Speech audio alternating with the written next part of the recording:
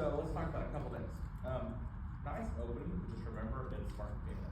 So you don't have to work as hard, you don't have to play as loud. And luckily there's a crescendo there, but the way Handel writes it out is the notes actually the pitch gets higher, so that helps with the crescendo. So you don't really even have to crescendo all the time. Sometimes by just changing the notes, it sounds like a crescendo because you're just playing a higher pitch. Okay. Yeah, overall, a lot of your stuff in the upper register is really smooth and the intonation was pretty good.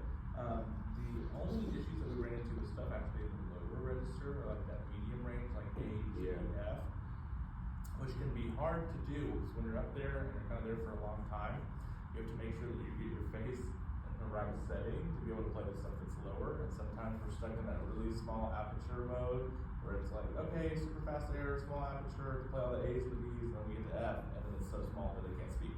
Yeah, it was kind of late. I only woke up like 2 minutes. So that happens, which is okay. So just work on those moments of really trying to adjust your aperture and trying to get that a little bit more open. This is still firm, this is still steady. Try to get that a little bit more open so that way it's stuff in the middle, A, G, F, E, all that stuff speaks really clearly for you, okay?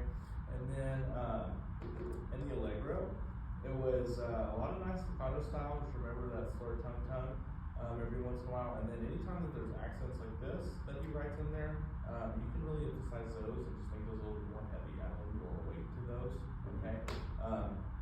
And then the only other thing, and these are all small details, anytime there's not really a lot of dynamics written, like there's a couple times, but he really, Handel was really big on starting basically crescendoing 4-bar phrases. So usually we'll start it soft and crescendo it and then take it back down over and over again.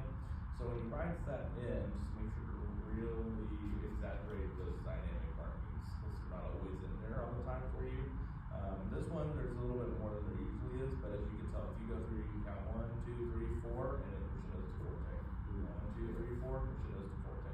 So just kind of watch those lines, start them a little bit softer, and then a little bit, sometimes he writes it on purpose. It's like start piano and it's on like a G, but it's not. It's like, okay, that's a little difficult.